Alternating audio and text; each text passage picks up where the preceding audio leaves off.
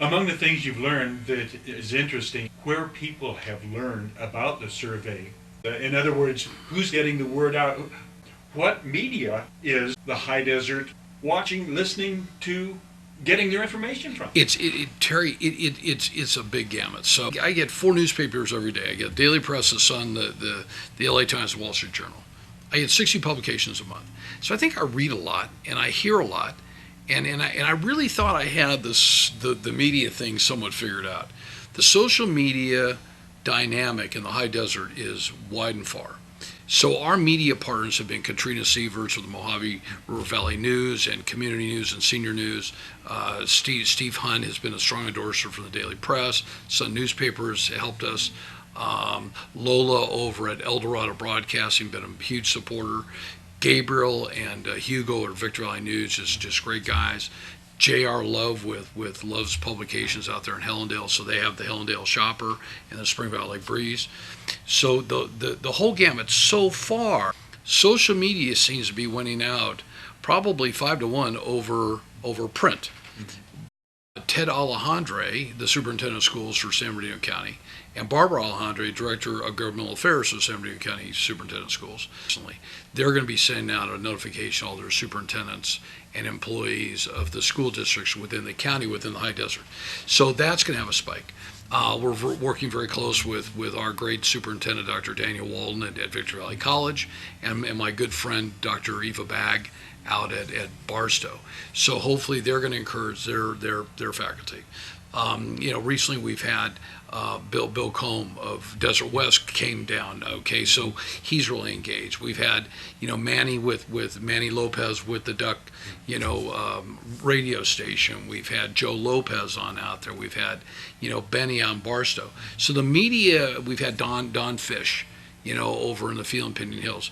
So we haven't lacked for media. What's been interesting is how people are getting their news.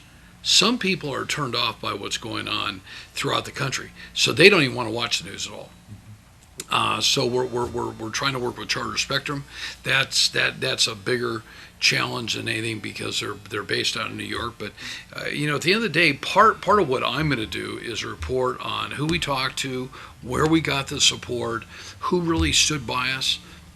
We've made a presentation to all the cities. We opted not to meet with the city of Victorville City Council. Dr. Rita Ramirez made a motion apparently a month ago.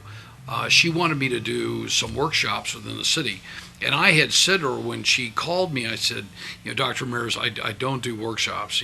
This is a regional plan. It's not a city plan. And apparently she had asked the council to put this on their I think their August 6th agenda for an agenda item, and she couldn't get a second. So I was really taken back because Victorville's got some we got some great friends on that council. We think we do, and so we were a little disappointed there. I had a great presentation at Hesperia, had a great presentation at Atlanto and in Barstow. Larry Kuzak in the town council welcomed me out at Apple Valley. We did make a 3-minute presentation to the Board of Supervisors down in San Bernardino. I asked Kurt Hagman, who I've known for 28 years, and he's chairman this year, if I could have another 90 seconds, and that didn't work. And from the county, Supervisor Don Rowe, the 3rd District, is very supportive of her and Matt Knox. Unfortunately, Robert Lovingood has decided, I think, to just be silent and not to be involved, and that's probably part political. Hopefully, better minds will come about, and he'll decide to do what is right, not what is politically correct. So we'll see. The board has always supported things that we've done. I think the board's obviously changed. If you want to do something, you get it done. If you don't, you block it. When Kurt Hagman, who's the chairman, I like him a lot. I know he's caught between, a whisper in the ear by this supervisor and a whisper in the ear saying, well, Joe's got the right idea. Sometimes it's not somebody's idea, they don't want to go with it. To me, this is not my idea. This is something that had to be done. The valley's broken. Most people recognize it, and we need to do something about it. I did recently get a email from Supervisor Hagman's chief of staff, invited me down to his office, And I replied right away, and I said I would be out of state during that period of time, and I notified them early on that I wouldn't do it. And I then side emailed that person. I said, you knew that I would be out of town, so inviting me at a time that you knew I couldn't be there doesn't really show that you're supporting. But we'll see. So, we've got the period of time that the survey's over. Okay, that I really don't think anybody cares if one of the supervisors necessarily endorses this. I don't think it's not like an impulse buy.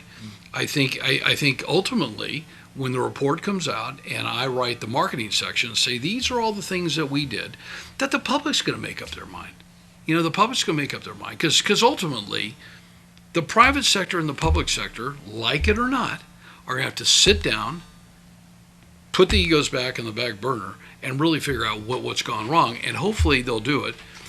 I think that people in America are tired of what they see in Washington. They're tired of what they see in Sacramento. Nothing's getting done. All people are doing is placating each other, sticking their finger in each other's eyes. Hopefully this survey is going to help bring the pieces together and really allow our government officials to show us what they got.